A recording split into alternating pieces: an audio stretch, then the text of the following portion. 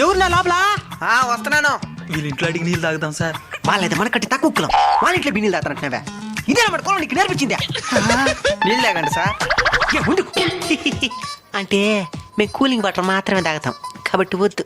అయితే cooling water తెస్తాను, ఉండండి. ఇందండి. డీటెయిల్స్ చెప్పండి. ఎవరైనా చూస్తున్నారా? ఎవరు లేదా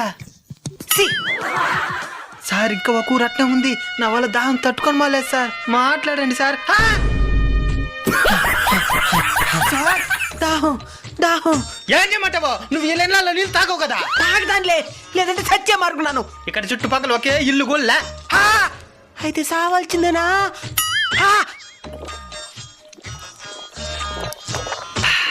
థ్యాంక్స్. ఇంక పెట్టిన కులగద్ది లేకుండా బతుకు. చూద్దాంలే. ఈ నీళ్ళు తాగుతాను సార్. వాళ్ళ ఇంట్లో నీళ్ళంది నువ్వు తాగేదే.